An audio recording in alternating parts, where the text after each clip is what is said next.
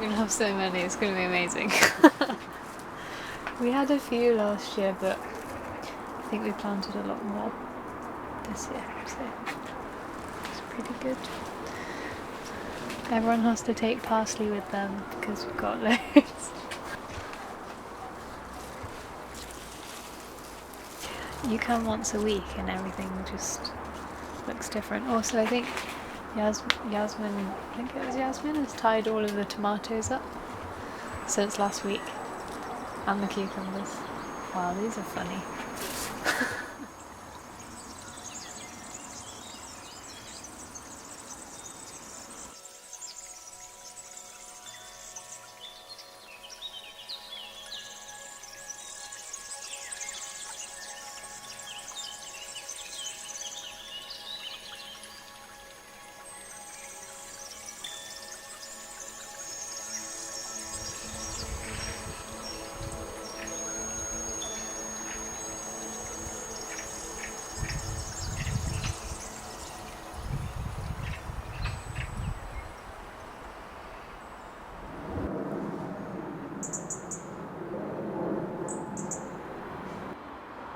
Just started off as a piece of wasteland really, and it come about by a project I started at home.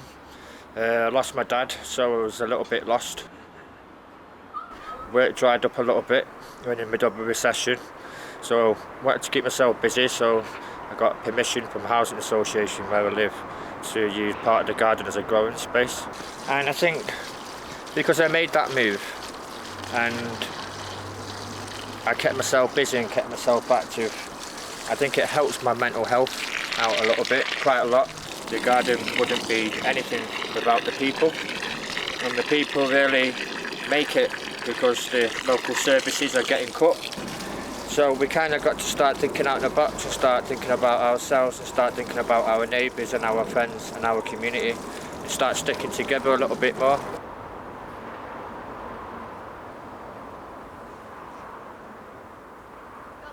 Okay, so it's not as deep as I thought it was. This is the same dog who will not have a bath, but she will go in. Because this is a natural bath, she doesn't want to be bathed in chlorine. She doesn't care for my porcelain bath. No, no, no, no! No, May, I didn't think you were that kind of dog.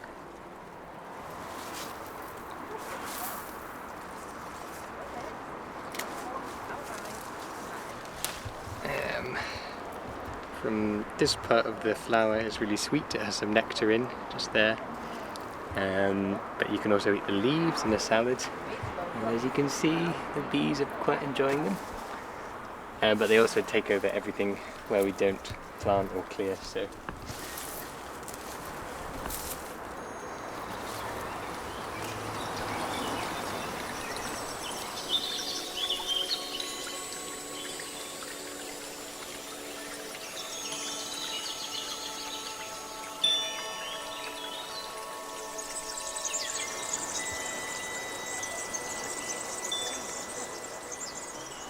In lavender? There's, yeah. And then this is like, it says chocolate mint. Ooh. Have a nice chocolate mint. I don't know.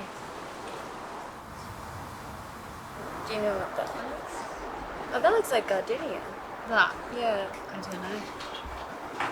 What did you say it was? Gardenia? It just looks like that. I don't think gardenia is a medical herb, but it smells really nice, the flowers.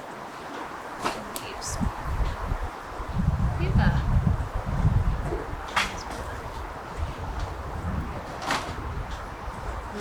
And lamb's ear? Yeah, I think that is lamb's ear. Because we had like a few melon plants growing, and they look quite similar. Yeah. Apart from the one that gets expensive. Yeah. So, yeah. Oh, what's it? But that looks more like, that looks different, doesn't it?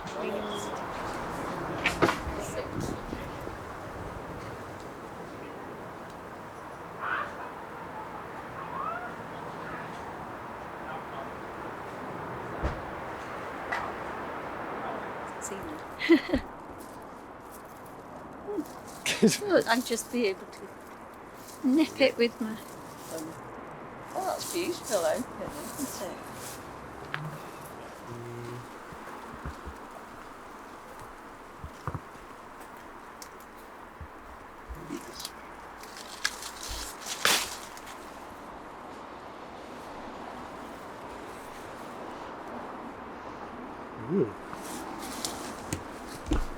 Probably enough. I don't know, I've got about 20.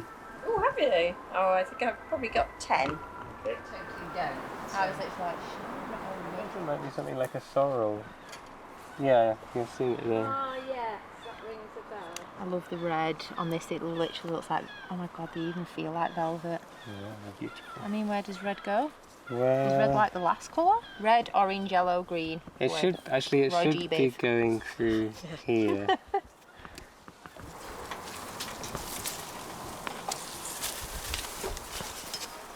Doing my best to keep paths clear.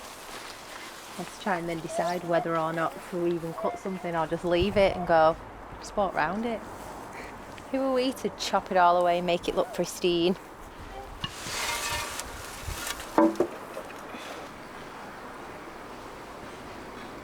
So yarrow, we recently found out on a workshop by a herbalist that came here and taught us how to make some things. That yarrow, if you're ever bleeding, you need to grab lots of the leaves, as many as you can, and stick them onto your cut, into your bleeding wound, and it will stop the bleeding. It will basically cause the blood to coagulate and stick together, and if you look at the leaves, it kind of looks a bit like a plaster, like it's going to help the blood to clot. I was laying the tree house on the really nice tree over there the other night, and a squirrel came down to me. I was a bit like, oh, hi. I don't know if you're going to attack me, but please don't. I'm not going to hurt you. But it's really nice to watch. Ah, we have some visitors. Hello. Hello. Hello, Rosie.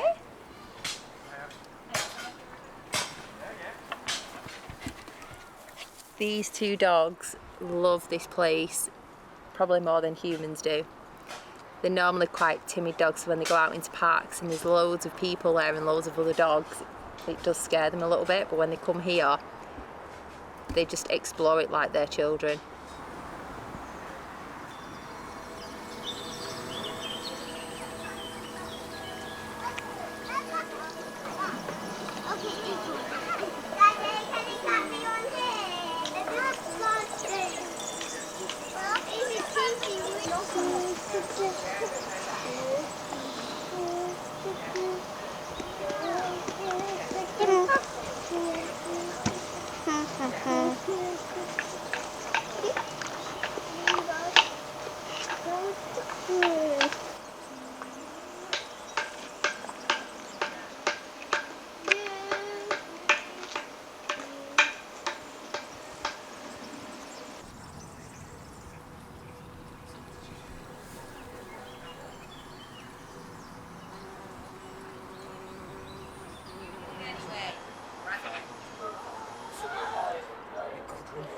This now, from what I've done, my whole aim at the start of it was to build a platform for anything to be done on it.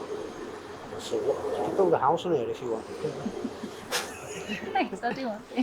Get a ramp, park your car up here. You've got everything you need.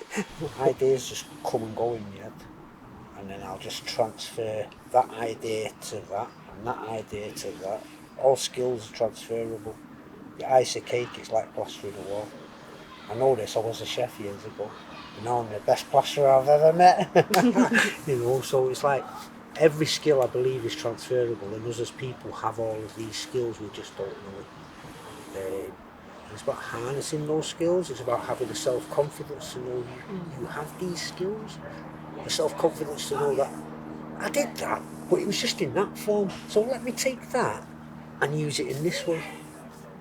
And we as people, I think this has been bred away from us, to not believe in ourselves, to believe in the systems, and what have you, that control everything, so that we rely on them instead of relying on ourselves. But truly, we've got everything we need, and it's all inside us.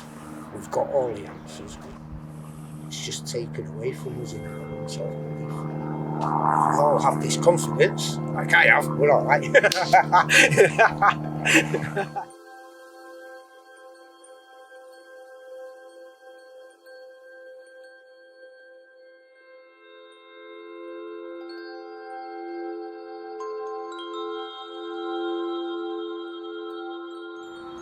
You just can't imagine how it can create all these things. Can you? Like, The barrage is kicking off. this has gone on to its third incarnation, hasn't it? Yeah, it's crazy. Yeah. I think it's even like it.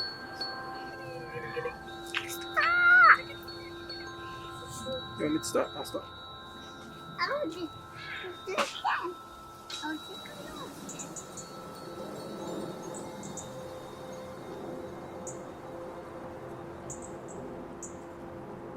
We kind of outgrew the cabin after 10 years, so we decided to build an extension to it. So we've used all loads of recycled materials, what we've had on the site, what we've had stored away for quite a few years now. But it just goes to show what you can do with limited skills and recycled materials that people throw away all the time. And you can create something big and monstrous like this, a new space to be able to work in and a place to be able to store stuff, dry, and have a little bit of a library in there. And we're also going to put a green roof on here as well, because we've got a green roof on quite a lot of other things in the project. We'd like to just contribute towards increasing the biodiversity of the garden.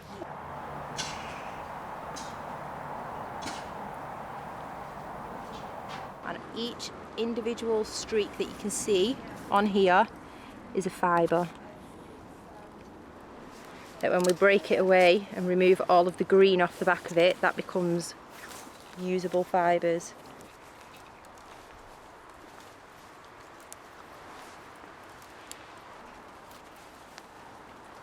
And that will hold.